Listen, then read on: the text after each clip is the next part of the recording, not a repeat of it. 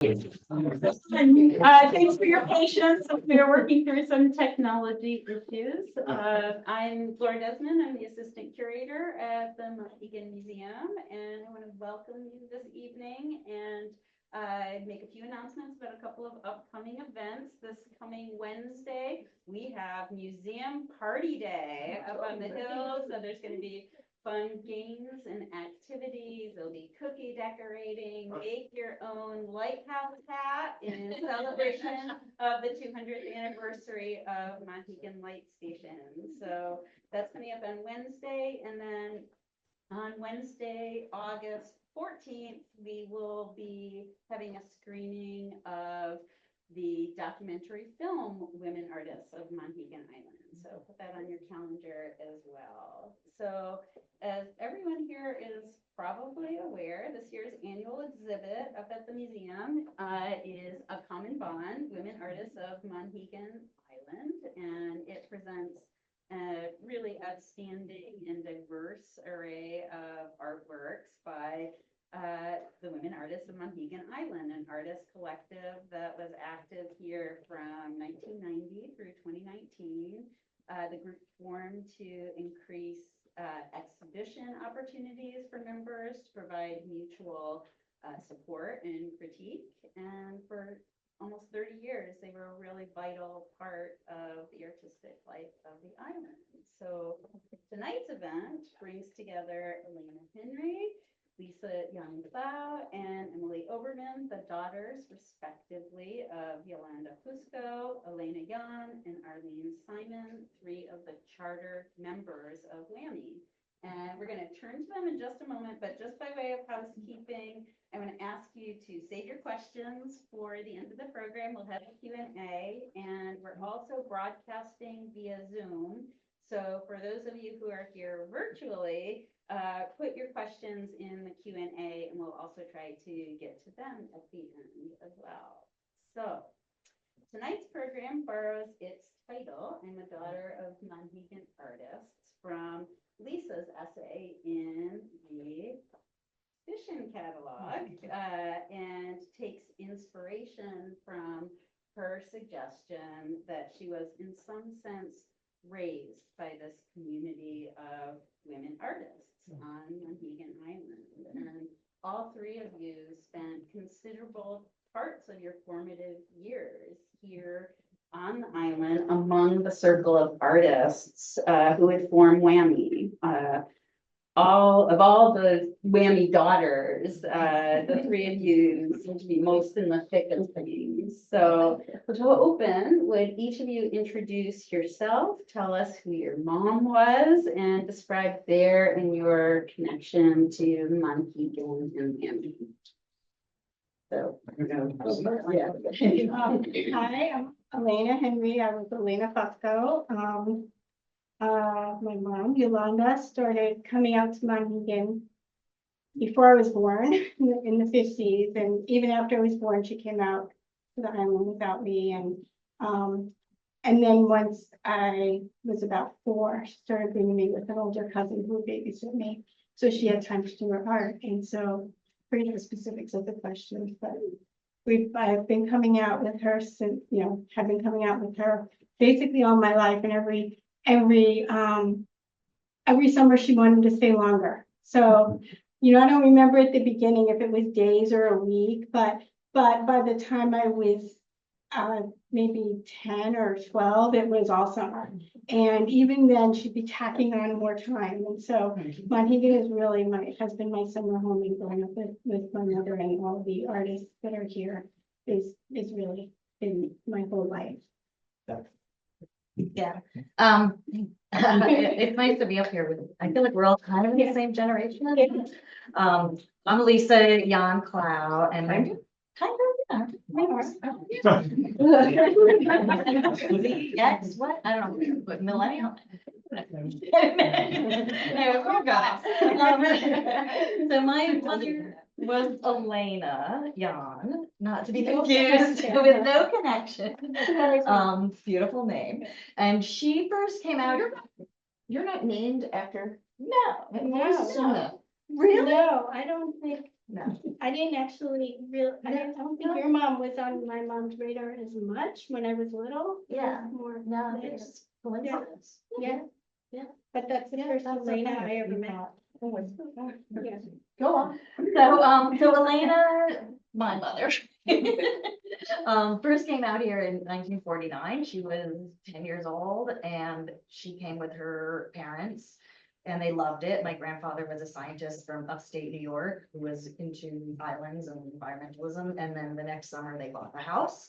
And my grandfather was also part of the Monhegan Associates, so he was very, very connected. My mother and her brother spent every summer here she spent every summer here for her until she died. Oh, I think she missed 4 summers total. She traveled a lot the rest of the year, but like Monhegan was always her home base. So I first came out here when my grandmother died, my grandfather remarried, she hated the island, the new grandmother, whatever. We won't talk about her. So my mother sort of ended up taking over the house and became an artist. She was an artist, she said, as soon as she got here. Like she already wanted to be an artist and coming and kind of solidified it.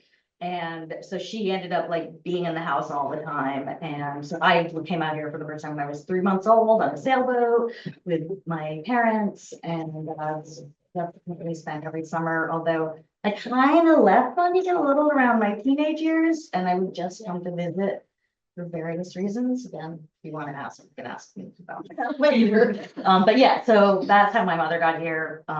So that's how I got here. I don't remember not. I mean, I never have not had. I've never not had this house here. And now it's sort of fallen into my hands.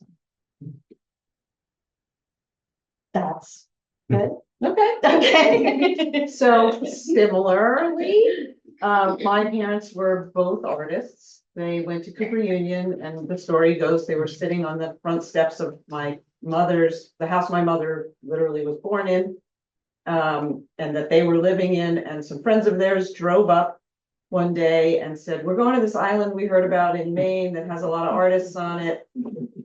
They were also artists. Do you want to come?" And my parents said, "Sure." And they went upstairs, packed a bag, got in the car, drove to Monhegan, and fell in love with England and pretty much never left.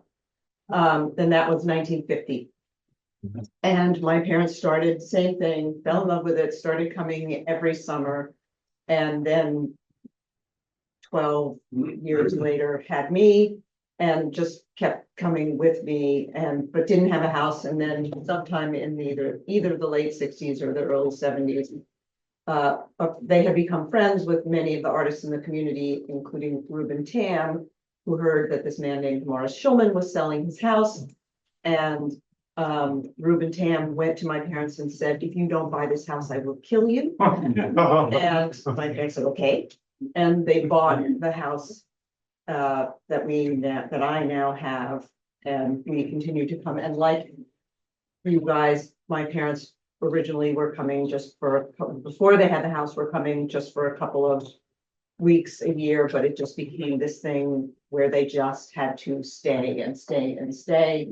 And my mother had a studio, and she would show her work in the studio, and my mother and I would come for the whole summer while my father, who was a graphic designer and an art director, would stay in the city and work.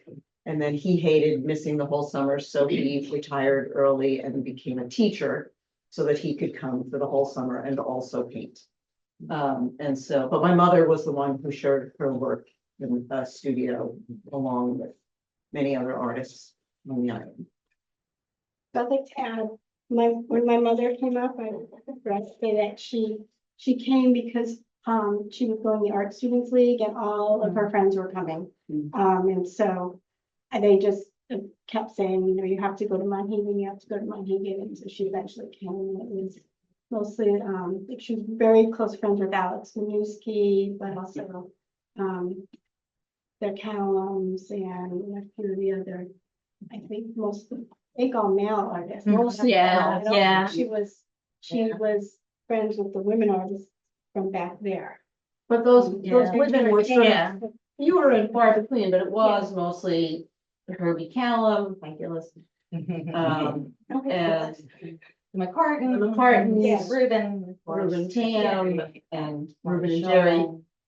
But it's hard to really sort of express how vast and deep the artist community Mhm. here was. Like Monhegan was incredible because it was this lobster fishing village, bird sanctuary, nature preserve artist community. It was rich in those things in a way that it isn't quite now, but it was deep Mm. and it was rich and you could feel there was Ted Davis Yeah, and like all of these people who were sort of dripping with art and paint and like it was just visceral in a way that it was like, you know, that moment in whatever that movie is where Judy Garland says the smell of the grease paint. It was the smell of the oil paint. It was just like everywhere on this island that was tangible. Even before, like, because my mother said when she was 10, 11, 12, like she took classes with Sarah McPherson.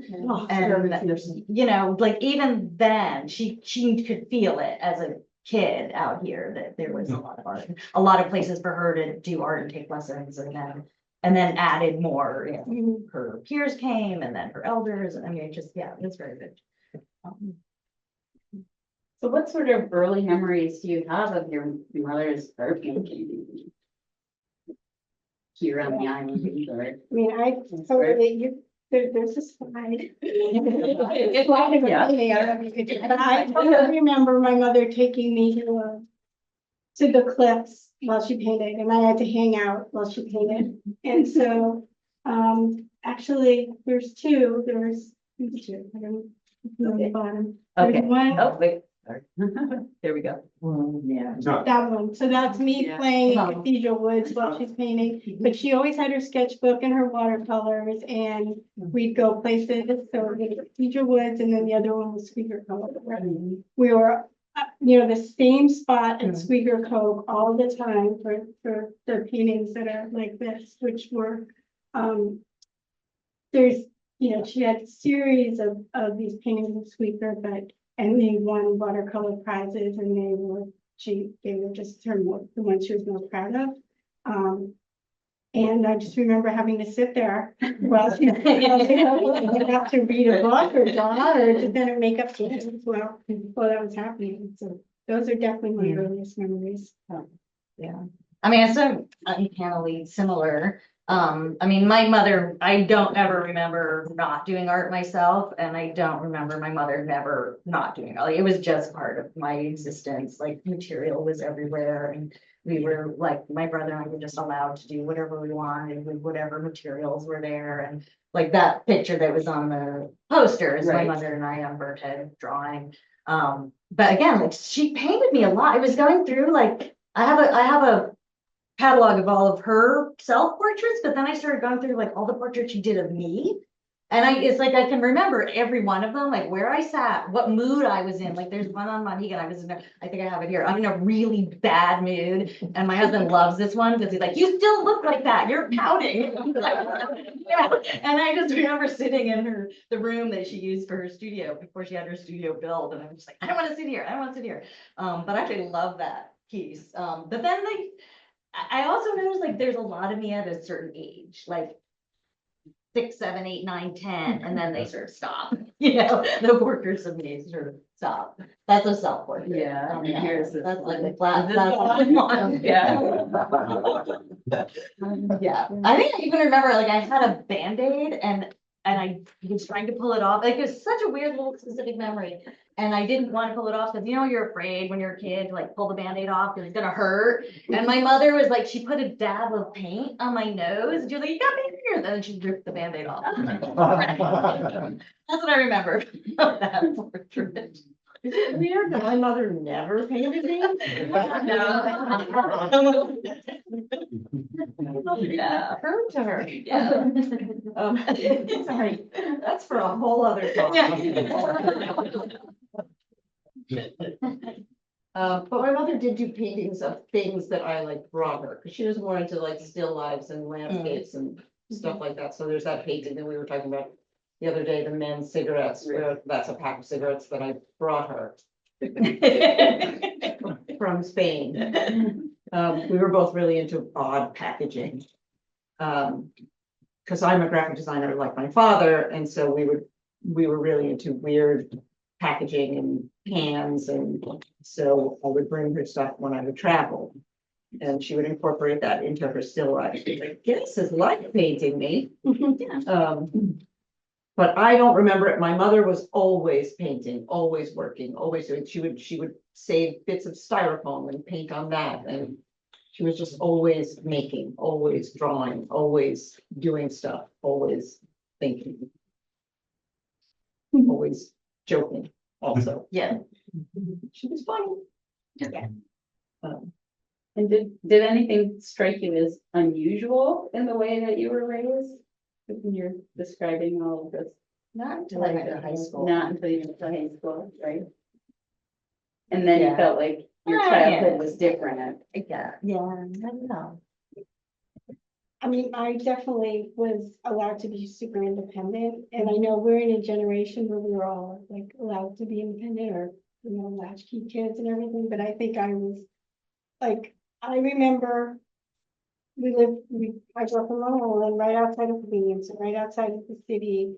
And before any of my friends were able to go into the city, I was allowed to go in and go take the bus, take the subway. I went to Saturday classes, I went to Sunday music in like, starting in 6th grade, it's the first time I wanted to be out the subway myself. And I remember being like, in high school, and my high school friends, some of them still weren't allowed to go to the city. And by that time others were, and we'd go together, but total freedom to go hang out in New York every Saturday and Sunday, which is what I did all through junior high and high school, which I think was pretty. Yeah, this has something to do with just being on Monhegan as a kid and having that like trust and the free range childhood that kids even now still have that. Like the kids I know on the island that their parents are like, yeah, you just go to the store and do this, or just come over to my house. Like there's a bunch of kids that come over to my house and hang out. I'm like, okay, and they just walk in the door. I'm like, hey, which they love. But so I had because he's also totally trustworthy. Traveled a lot. I decided not to come back to Monhegan and work as a teenager because it was the 80s and there were all the drugs, blah, blah, blah, and I didn't want to do that. And I was like, I want to go work at the end. I want to like stay in Brunswick. And my mother was like, fine. And my parents were divorced at that time and my father wasn't around and I just stayed by myself. And I had a great time. Yeah, I decided I didn't want to come to Monhegan anymore. And my parents were like, okay, well, we want to go. Yeah. You stay here. I could Okay. No, you left. And you left me alone in the house. I had a job in the city. I was in high school. Yeah, I totally like, and they left and I lived alone, yeah. commuted into the city to my job. And like yesterday, I was like, my kids who are here and they're 15 and they were like, can we go to the dock and jump off the wharf? And I was like, ooh. Alone in Yonkers and commuted to the city when I was their age. And my parents were totally like, well, we want to go to Monhegan. No, my mother like never let even in October, like we basically moved to Brunswick, Maine so that we could be closer to Monhegan, so that my mother could run off to Monhegan for a weekend in October or a week. She'd be like, I'm going for a week, you guys stay here. We did rent out rooms a lot in our house in Brunswick to Bowdoin college students. So we always had like really cool, like older college students hanging out, which was fun at that age. But yeah, she would just like hop out and, be out here. Also, when we were here, we could do whatever. Like the whatever. sun came up, they were like, why are you still here? Why are you still here? Get out. And then the only time we came home was when the trailing U bell rang. Yeah. We had to come home. We would come home. Trailing U bell was like our signal to come home for lunch or dinner. And that was it. And then sort of curfew at around 10:30 at night. And then, but they didn't know where we were at any time. We were like on the cliffs, on the like. My brother came home once, he had just rappelled down the face of whitehood. He was feeling the rock climbing. So that's interesting. So you see ways in which life here was different. How do you think it was maybe different for your mothers? Like, how is life on Monhegan different from their life off island? Well, my mother grew up in upstate Syracuse, New York, academic family. she went to a little preppy private school, but she's, she was very studious. Her brother wasn't so much, but she was very, I think her parents were not strict, but very thorough. Like they wanted their kids to do certain things. Yeah, so I think coming here when she was that age at 10, it was completely different. I would imagine for her. And she had a lot of freedom and she did a lot of art as a kid. And what about later in life? How was her time here on an island different from her? Not really any different. No. I mean, she just painted and did work and sometimes she taught and sometimes, I don't know, she traveled and painted. I mean, she showed a lot of work. Then she started going, once her kids were gone, like for good, she started going to Puerto Rico. And so that was like, that was it. It was like here, May to October, Puerto Rico, like November to April. My parents built their lives around the lifestyle that they fell in love with of being on Monhegan. And again, because they were both artists and all their friends in New York were also artists and designers, they had a very similar community at home as they did on the island. So they had the conversation just continued, and a lot of their friends in New York also came to Monhegan. So there was a lot of crossover, including Becky's family. Becky is sitting here. Her family was also in Yonkers and also came to Monhegan, but also a lot of their friends from Cooper Union began coming to Monhegan and making art here and there. But then as my parents got older, they were able to spend half a year here and half a year in New York. And so their life was completely split. And my mother had a painting studio in their home that was the whole top floor of the house. And so she just sort of moved seamlessly between the two. And I think the conversation between friends and my parents and art just moved fluidly and seamlessly between the two locations. So it really wasn't that different. I think it was really different. My mother would come here, my father would stay home, he was working and she'd come here.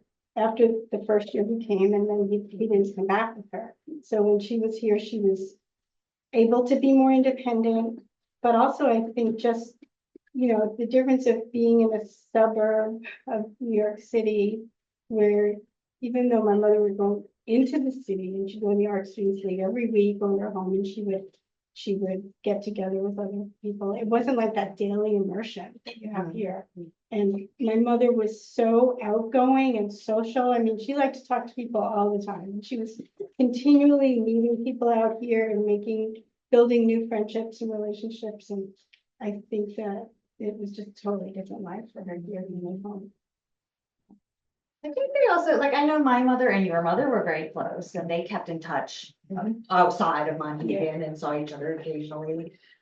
Frances and my mother became they were very different. They were 20 years apart, but so they didn't really become friends until I was sort of grown up. But then they just were totally connected and wrote letters, and Sylvia Albert, it seemed like they kept their Monhegan community going outside of that to some degree. Not with everyone, my mother but did that. yeah. Also, she had Alex Minuski and she had Becky's father, Julian, and she had a lot of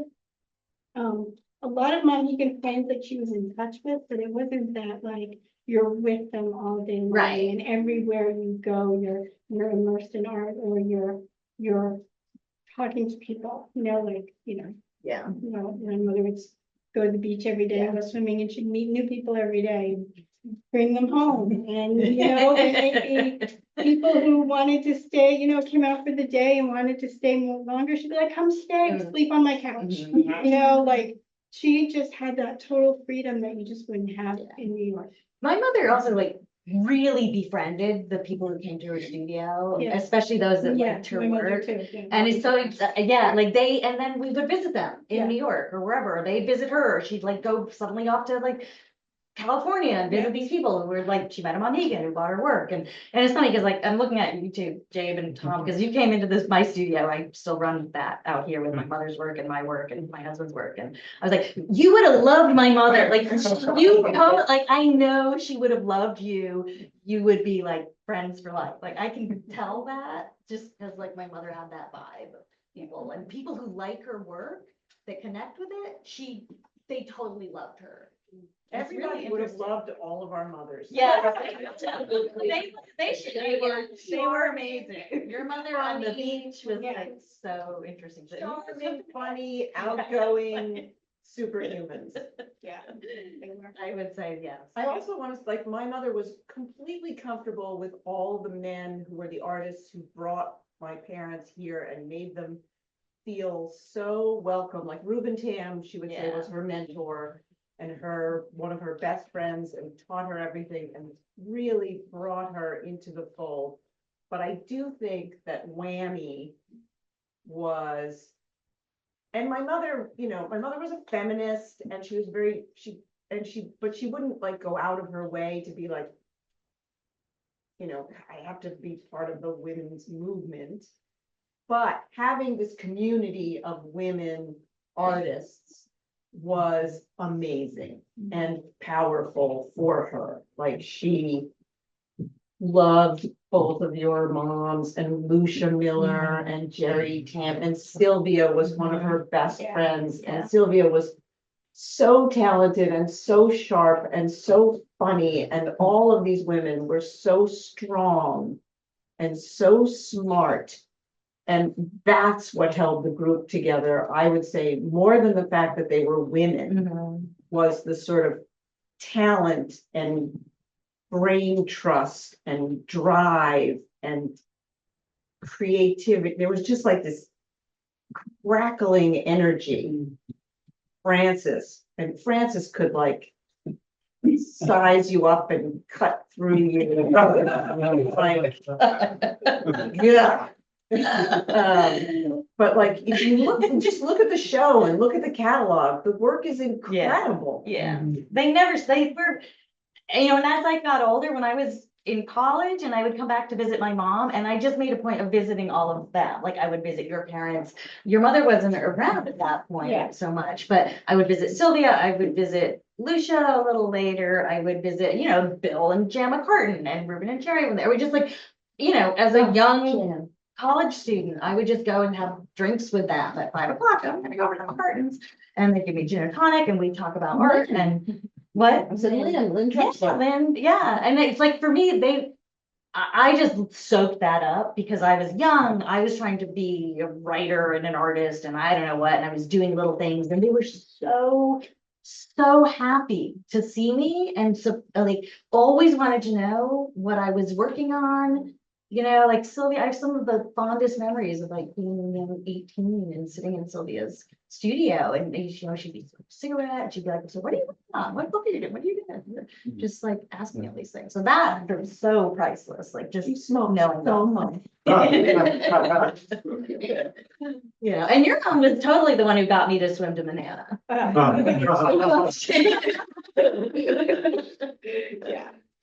But yeah, it's, and I miss that. I miss those women, those visits, and the men too. Like, Bill McCartan was and Ruben was a big part of a lot of people. Was he a part of you about this? I'm not sure. I mean, Bob Casper, my mother was super close with Bob Casper. Yeah, I'm not sure. I Natalie, they though. won't let me, yeah, they were, I mean, we would go visit them every fall in New Paltz.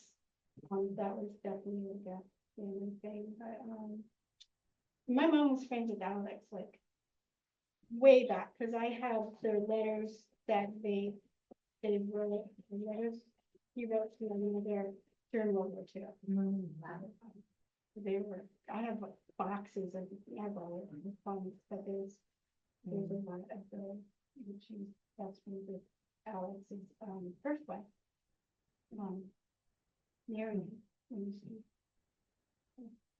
They were so funny. So funny. Can you say a little bit more about how you think Whammy impacted your mother's lives and careers? I don't 100% know. I mean, I know Frances and my mother were very much the founders of it. And I know my mother in the 70s, we were in Rhode Island when my father was teaching at the University of Rhode Island. My mother started a women's cooperative gallery there called Terra Gallery. Way to just let the And- slides go. Yeah, just like, show. let them rotate. Yes. But so I know she had that experience of starting a women's gallery in the 70s. And I know she was talking about, she didn't know if she still wanted or needed that. Like it was the 80s, late 80s. And it seemed like that should have already be, like women didn't need to be women artists anymore, but yet they did. So, yeah. Oh, yes. I know, but I didn't have it set up for, Sorry, I didn't mean to discuss it. It seemed like it was an adorable painting. where? I'm not sure if it's gonna. Yeah, Let's just leave it on that one for a while. Yeah, that is Okay. a good I can just sort of. Move through. pictures of us on the top. Yeah. But anyway, so yeah, I know when Whammy started, and my mother and I used to write a lot of letters to each other. So when Whammy started, I was late in high school or just starting college, and she was like, we're getting together a group and we're starting this and we're doing that. We're gonna try to get shows and we all get together and draw. And that was like the highlight for her was the figure drawing part of it. And then, yeah, I mean, my mother didn't like the business part. I think for a while they wanted her to be like a secretary and she was terrible at that. Or the treasurer, she was terrible at that, but she was good at talking. And finding, help trying to find venues. But I also Kate Chapel did a lot of venue stuff. Parents loved her. Yeah, yeah. Um, So I don't know, did Whammy affect, how did that affect your mom? You know, I remember my mother was really busy with it and she was always going to the meetings and she was getting work together that had to be in a certain size frame for the certain things, which was a struggle for her Mhm. because her work didn't fit that Yeah. size. So that was Yeah. always a Yeah. thing. But I was really, I was older then, I wasn't out here as Mhm. much. That's when was busy with my kids and and I was working. I didn't really have as much time to come out to Monhegan. So I heard more about it instead of actually, being an experience or her involvement. Sorry, now I'm distracted. Yeah, by all no, the but- pictures. Yeah. Yeah, no attention. But Yeah. I mean, the thing about Whammy for me was what I just said, that like, it was this like, there was just something so great about having these women who were so strong and so smart and being able to have this sort of collective and this group that could get together and talk about work and make work Mhm. together and have a place where they could sort of be driven to do work and sort of get on with it and make a statement, I Mhm. guess, to have Mhm.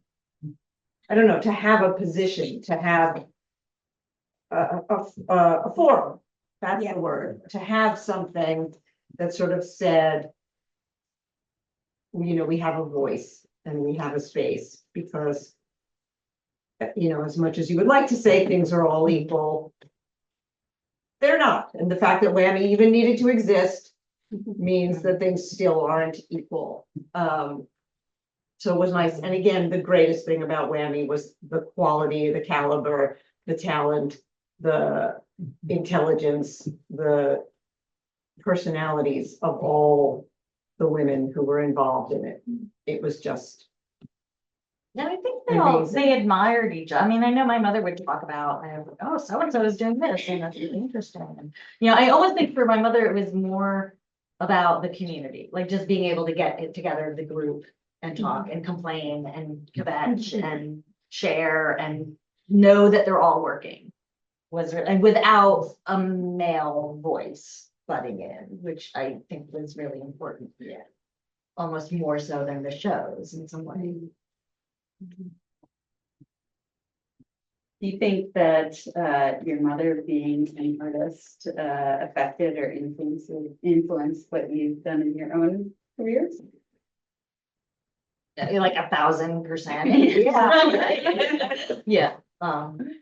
I mean, my father was a scientist and, have an interest in that, but not a brain in that, so. Yeah, definitely. Or I write, I'm a writer. I actually decided when I was very young, I was not going to be an artist because it seemed like a very hard way to make a living, and that I was going to be a writer because that was actually that was my reasoning. And I really was just going to write, but I kept drawing and I would make stories, I would write stories and I would draw pictures, and I kept doing that, and I was gonna go to college and I'm not gonna do art.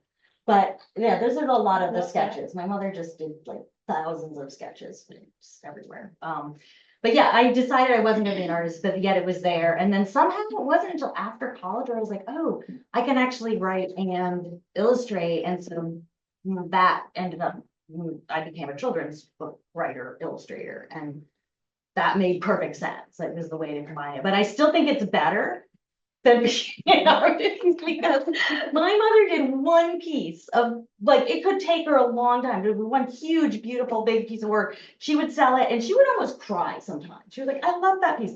Unless it went to someone that she loved, and then she'd be like, great. And then she'd go visit it as well as the people. But I was like, that is so sad. Like, to do a piece of work and it's gone forever. And with books, I'm like, there can be, 50,000 copies of my books, and all, that many people can have one, like it somehow, and they're not as expensive. I felt like that was.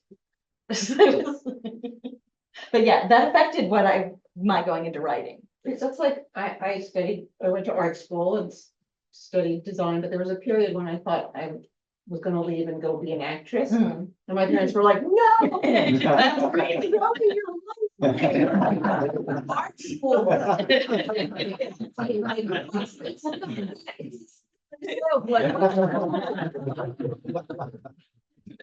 Then I went back because I didn't. Anyway, I went into graphic design, which was the slightly more job friendly version. But yes, 1,000%. But both my parents combined were a huge influence on what I did. Huge, constant. They're still always in my head. They're always there. They're always in the back of my mind. I would also say, like, your parents were an influence on me. The other artists here were all an influence on my work. I don't know.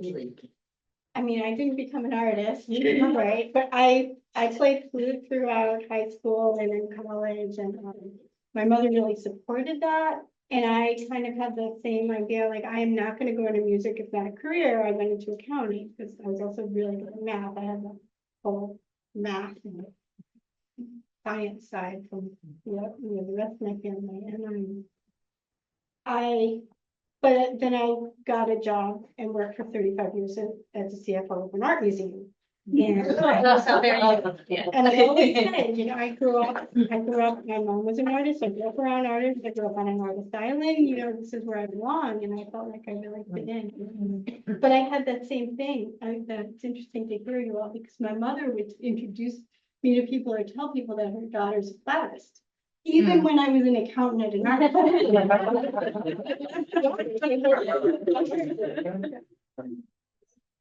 That's funny. Yeah, she really wanted me to stick with the music, with the art career.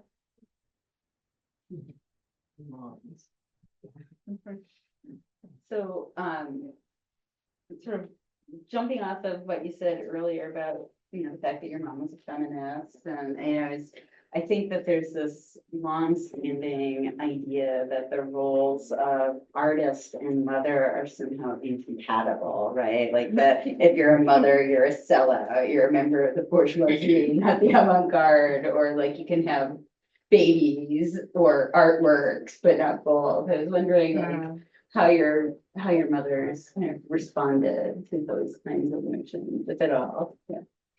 My mother made her mothering of art form, like, she knit clothes and painted things for us, and, she did crafts with us. But I also, she got divorced because she needed to do her thing and not have anyone to cook for. That was what she needed to do. And also, I have noticed. But she kept you. She kept me. She did give me a lot of freedom, and she did leave me, whatever, but I wanted to be left, so. And my mother and I were very close, like, I have I love my mother, I have like hundreds of letters that we wrote back and forth to each other, so, but where was I going with that thread? Oh, I have noticed in her, going through her work, since she's died, her most intense productive times were before children, when she was in grad school and had a Fulbright in Paris and was first out here alone, like in her 20s. Then she did art all the time. Great, beautiful, sold it, had a career. But the next like huge boom, she had a solo show at the Portland Museum, was after we were gone. And she started going to Puerto Rico. And so those 2 time periods of her life were, I think, her best work. And not that the other work isn't good, but that's really, yeah. But anyway, it's interesting that I don't think she would say that, but I noticed.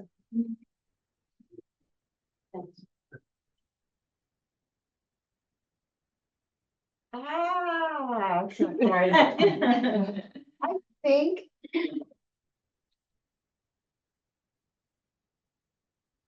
I'm looking at Paul, I'm thinking like, how should I answer this question? I think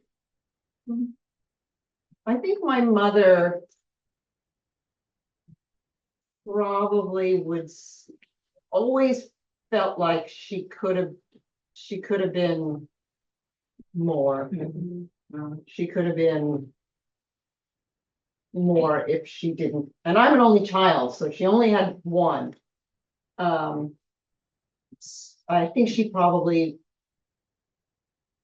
could have been more if she didn't have a kid. And probably was like, would have liked to have had more focus on her work. She loved me a lot. And we were very, very, very, very close. She was always a little competitive, I would say. And I think that my success in what I do was always a little hard for her. And she had me very late. And I had my kids even later. But I think that she had, her drive was great. And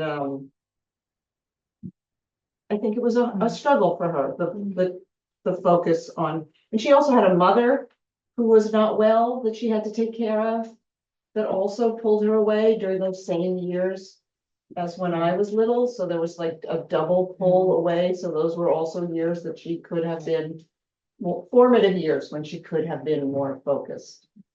And I think that she sort of knew that she had real talent and maybe could have pushed herself even harder. If I'm being a little serious about this. I don't know. But she loved what she did, and then she had all these very, very productive years. And I feel like I sometimes think that I should re-push her work out into the world, because I think I owe that to her, and it would be nice to have her studio open again in some way on the island. We'll work on that. Right? So I actually don't know. You don't know. I don't know. My brother was 17 years older than me, so my mother basically had to do raising a child twice, right? So I can't even say what what the impact was, or whether it made a difference or not. I'm sure it was easier to work on her art and once I was growing up. It's also, it's like after my father died and we were gone, my mother started to get sicker. Like her work, this is hers, Monhegan, after she started going to Puerto Rico, it definitely got very dark, and I mean, she was very serious. It got big and it got dark. And she didn't care. I mean, she wanted to make a living, but she wanted to be in the museums. Portland Museum has this. Every once in a while I see it. But yeah, I think like yours, I think like a lot of them, you know, they were real big. I think she was also envious of the male artists. Oh, God, who Yeah, had- totally. Oh, Who had yes. women to Yes. support them. Oh, yeah. And I my was jealous of that. I couldn't believe that. tried hard my mother tried hard to support her and to sort of be the, be the cheerleader and be the one who tried to make her the star. He really did. Your parents were the model for me. Because I would go visit Charlie and Florence and Bill and Jan McCartan, both like male artists who made money and their wives who were also artists who hid. And I was like, why aren't these women even talking about their own art? But yet I'd go to your parents and your mother had a studio. And then Charlie and Florence, it was, they were slightly different generation too, but your parents, I mean, I see what you're saying, but they also, I felt like they had the balance. But No, it my was father- very obvious. to me. My father worked Yeah. very hard and my father Yeah. painted Yeah. too. But he was always took the backseat to my mother, always was pushing my mother's work. Always. I like that. So I want to make sure we have time for questions, but I want to ask first if there's a story that you wanted to share that you didn't get to share with us before we open things up to the audience.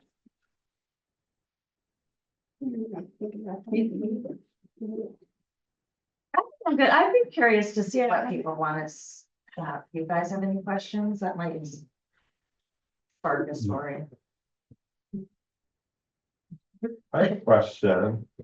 I was really struck at the exhibit by the sort of statement of belief from Whammy, and those values that your moms articulated. And I was just curious if you all have, like, what do you experience when you read that statement of belief? And what do you think it meant to you? There it is. I try to guess who Yeah. came up with which one. That's what I think, but, do you want me to read it? Okay. Yeah. Because So- maybe everyone in yeah, the room maybe everybody- we know it by heart. Yeah. Yeah. We believe that our work reflects our experience and reaction to being on the island. We believe that the island spirit informs us and thus our work. We believe that our work as artists may embrace all styles or mediums. We believe there is value in coming together as a community and exhibiting together as women. We believe that as a group, our strength is in our variety.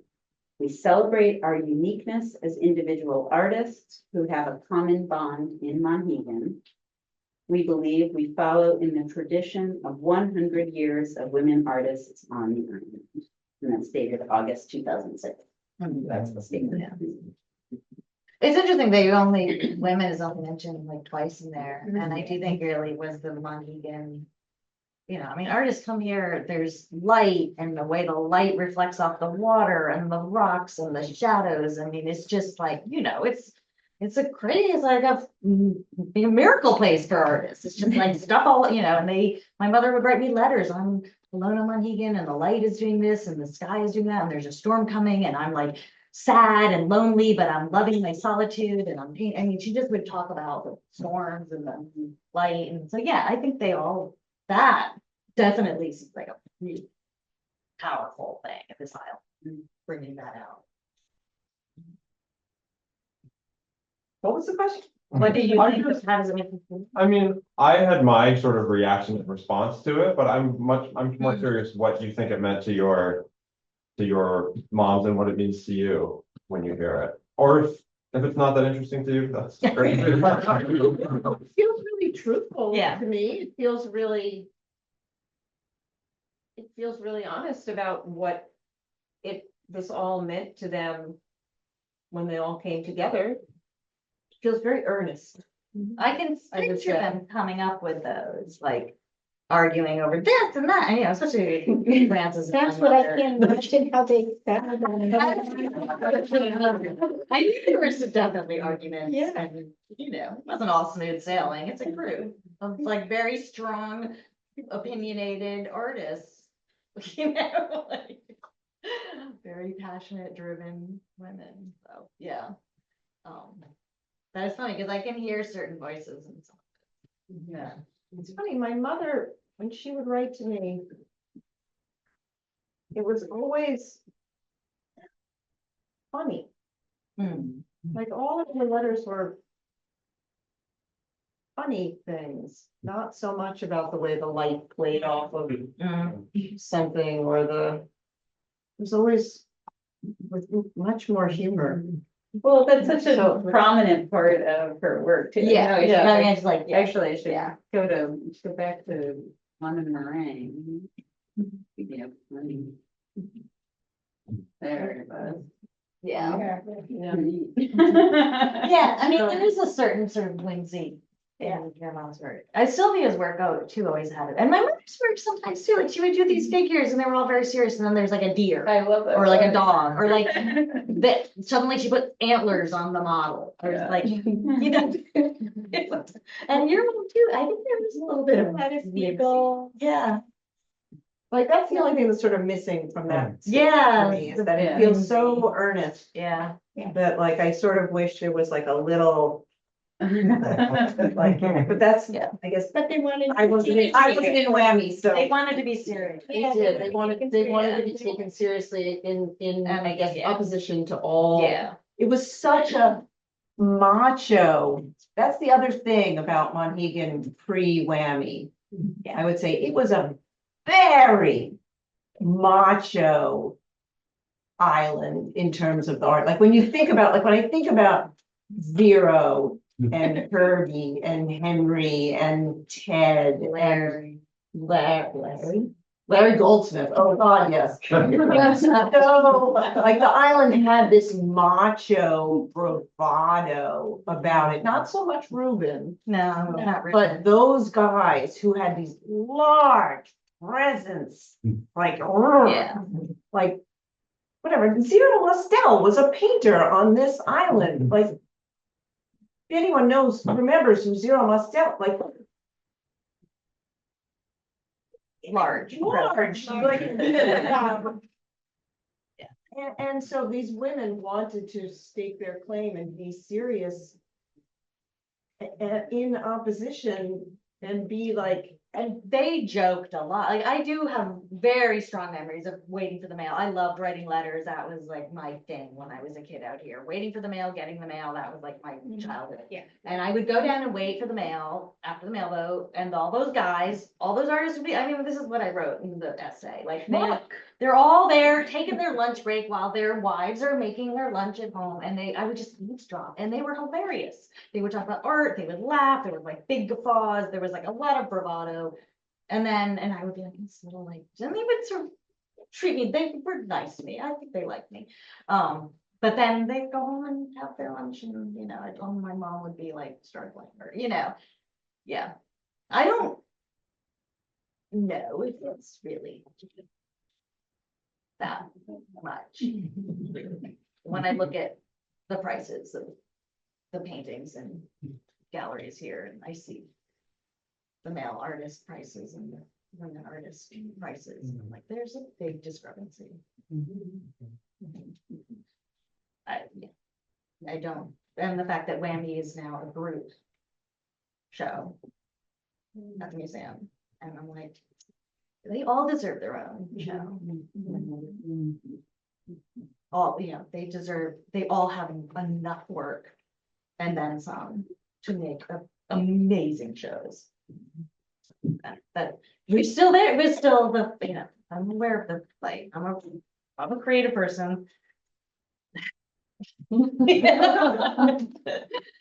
Children's book writers, if you're a man, you're like, you know. Anyway, I want to know more if there are more questions from the audience or the chat. I could just say I love these stories. I could listen to you all night. And obviously, I know most of your stories. but there's still some in.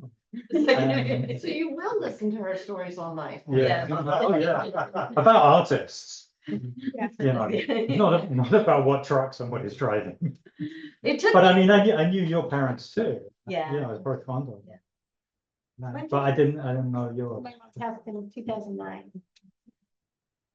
And Wow. she was out here. And Yeah. yeah, Yeah. she had to get to Monhegan. Yeah. My mother was like, I mean, she got, went into hospice in like, I don't know, January, February or something. She's like, I have to go to Monhegan. I have to go to Monhegan.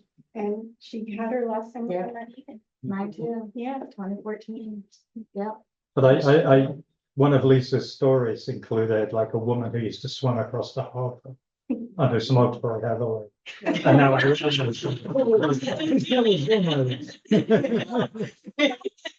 why there are pictures of my mom at TV, because that was one of her things.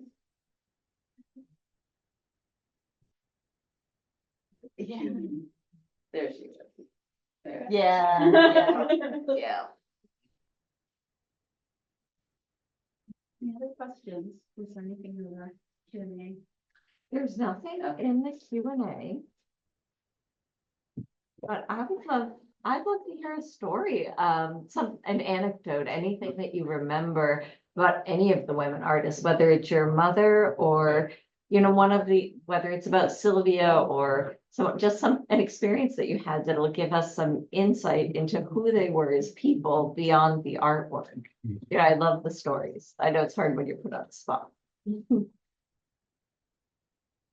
Well, Sylvia taught me solitaire. I'm grateful for that. Every time I play solitaire, I think of Sylvia Alberts. I mean, I used to spend every Christmas with Sylvia, but I can't think of a particular, I can tell my lemon meringue pie story. I love the lemon meringue pie. Oh. And if you tell. So my, shall I? Should I? Yes. Have you all heard the lemon meringue pie story? No. Okay, that was my next. It's about my mother. So, one year I had just moved into an apartment.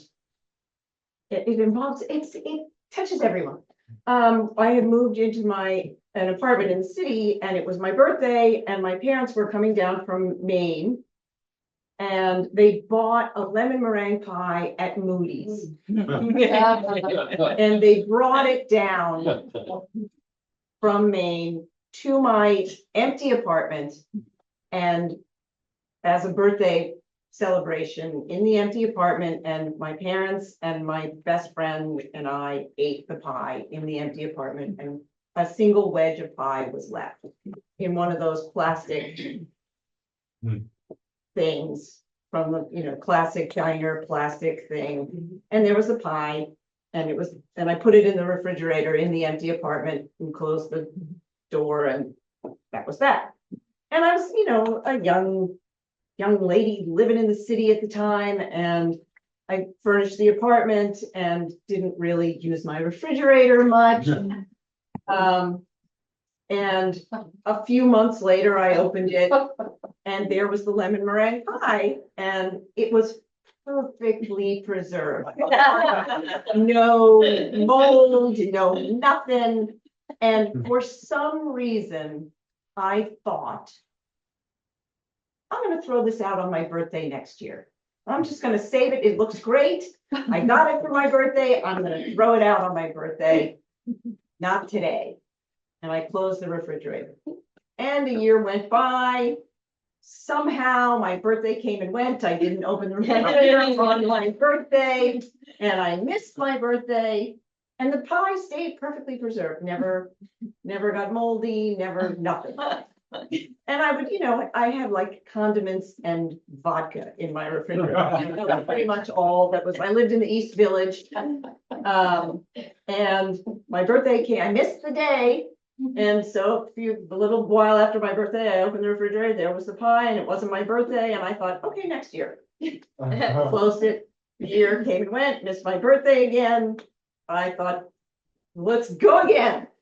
And so after a while, it just became a thing. The lemon meringue pie just lived in the refrigerator like my roommate, whatever. I mean, my roommate didn't live in the refrigerator.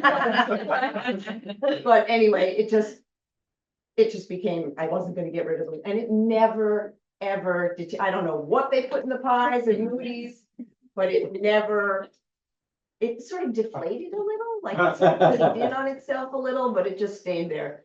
Like 7 or 8 years later, 9 years later, I started dating Paul, my now husband, who's sitting over there raising his hand. He was in the apartment one night and he said, I'm gonna go get something to eat. I'm gonna look in the fridge. And as he walked towards the kitchen, I said, don't eat that lemon meringue pie. It's 9 years old. And he says that that's the moment he fell in love with it. He was like, who is this woman with a 9-year-old lemon meringue pie in the refrigerator? Anyway, so I had the pie for like 11 years. And I had a cleaning woman who knew me well, and so she knew the story of the lemon meringue pie. And then she went on vacation and she had her cousin take over. And I came home one day and there was a note that said, I threw out the old milk and that old pie. And it was gone. And I burst into tears. I was crushed that this pie was gone. And I called my mother and I told her, and I was like, the pie is gone. And at the end of that summer, my mother came home to my apartment with that sculpture, which is a tree stump that she carved a wedge of lemon meringue pie out of and painted and said, now you'll have it forever. And then she also did that. But that's sitting in well, now it's sitting in the house here on Monhegan because it was in the show last summer, but it sits in my house and it's amazing. And then on top of that, last summer, there was a show of Monhegan artist couples, of which my parents were 2. And at the not at the opening, but there was an event for the show. And after that, the museum served lemon meringue pie in the pouring rain. And it was the most beautiful, amazing surprise. So I feel like the pie turned into this kind of wonderful thing that represents my mother and history and our family and now the museum and the island, and it just means a lot. There's the story. Any questions? Yeah. There's this hand in the painting. You see it? Oh my God. It's from a religious. Yeah, it's all powerful. Yes, right? it's the all. That's like that irreverently, we always called fat finger puppets. She loved those like Spanish, those things. She collected those on candles. Again, any sort of packaging or designed objects she would love. Include in, she liked to have a piece of design or printed ephemera in a lot of her work, as well as objects of food. Wayne Thiebaud was one of her favorite artists, so food was important in the work, and then printed ephemera as well in her still lives. I have a question from Kristen Ulrich, and she asked if Lisa can speak to her mother's figure drawings and range of figures. Oh, hi, Kristen. I mean, she just had an amazing range of figure drawing that not a lot of people have seen, because who buys figure drawings? There's just a few. And certain models that she hired over and over again, but it started with the group, with the women's group out here. And sometimes they would let men come, you know, there were men that would come. But Mary Barney was an amazing woman out here, was the baker of the killing you. And she hired her quite a bit. There's Mary in the Hat, and there's Mary, that's a fantasy of Puerto Rico, Monhegan in Puerto Rico. There's one up there on the right with Mary and the antlers. But I mean, I have like thousands, I can't even think how. I mean, she was doing figure drawings like my whole life, and I mean, you know, we used to like not be allowed into the studio because there were naked people in there. And, I remember in 5th grade, I wondered why Parker Ward and Tom Hughes kept coming over to my house and like sitting in the living room until I realized there was a drawing of 2 women nude on a couch hanging in the living room. And I was like, oh, this is why they're coming. And so I made my mother remove it. She put it in her bedroom.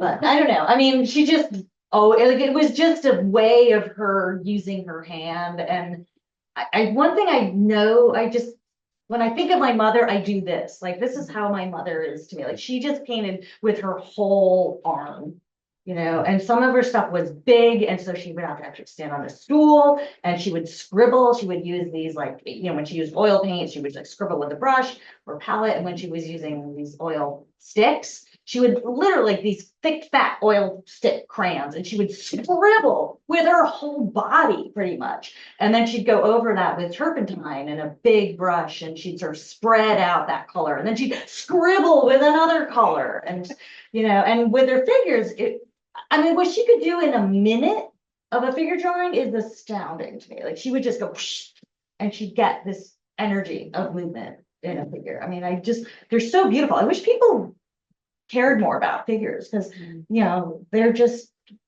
more than just like a nude. They're just an energy and a body and a human and a emotion. Like, there's a lot of emotion in her figures. So there's less like constantly she was doing that. I think it was just her way of speaking, you know. And looking, you know, she did sketches too. She did a lot of like you know, she didn't always paint. She wasn't a plein air painter, but she was always sketching with her arm. And Ruben, I think, was a big influence with that. And he was very much like a minimalist and like a couple lines. And yeah, so I don't know if that speaks to my mother's figure drawings.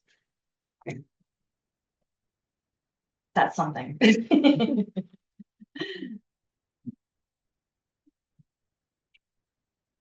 Question. Do you think that your mother's relationship with Monhegan itself changed over the course of her lifetime? Over their lifetime? Oh my God, when my mother got sick, all she wanted to do, all she talked about was selling Monhegan. It was like, when I was it's a bit sad. I was in the hospital with the last 10 days of her life. And I was going through her bag at one point because she was on morphine, whatever she was. And I was just looking through her bag, and there was this note she must have written when she was waiting for a doctor. And it said, she had a very bad autoimmune disease, and it affected everything in her life, and she died a little too young, but she did come out here always, as you know. And so she had this note that said, now it's time to let go, peace of mind, cash cow on Monhegan.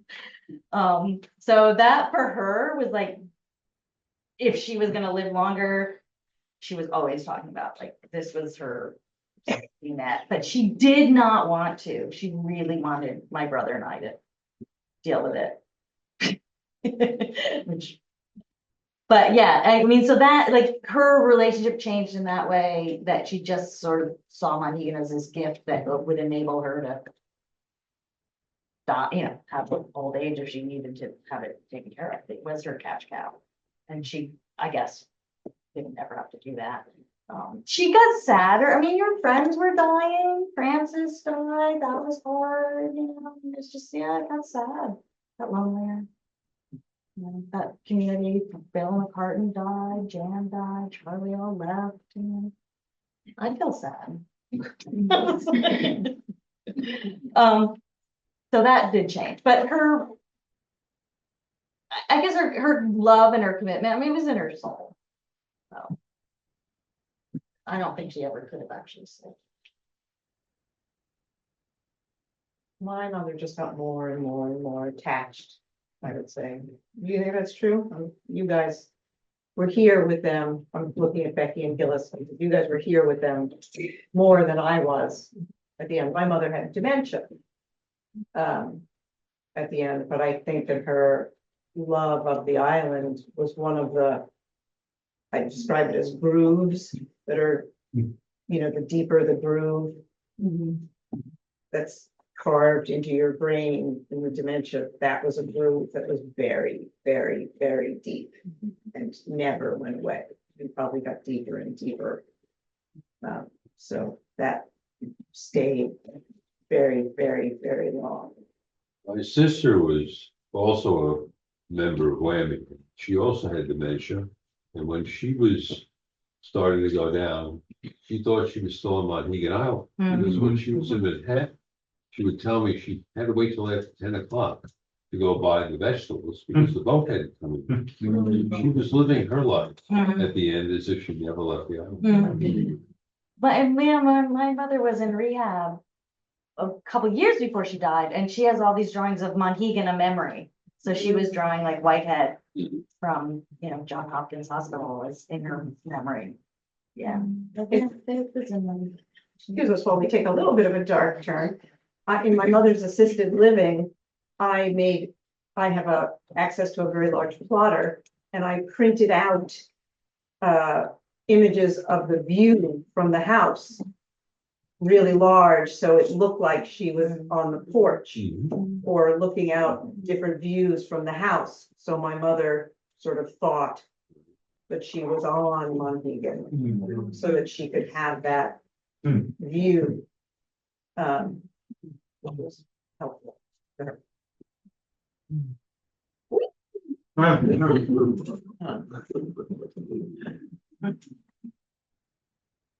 Any other questions? It had a very long one.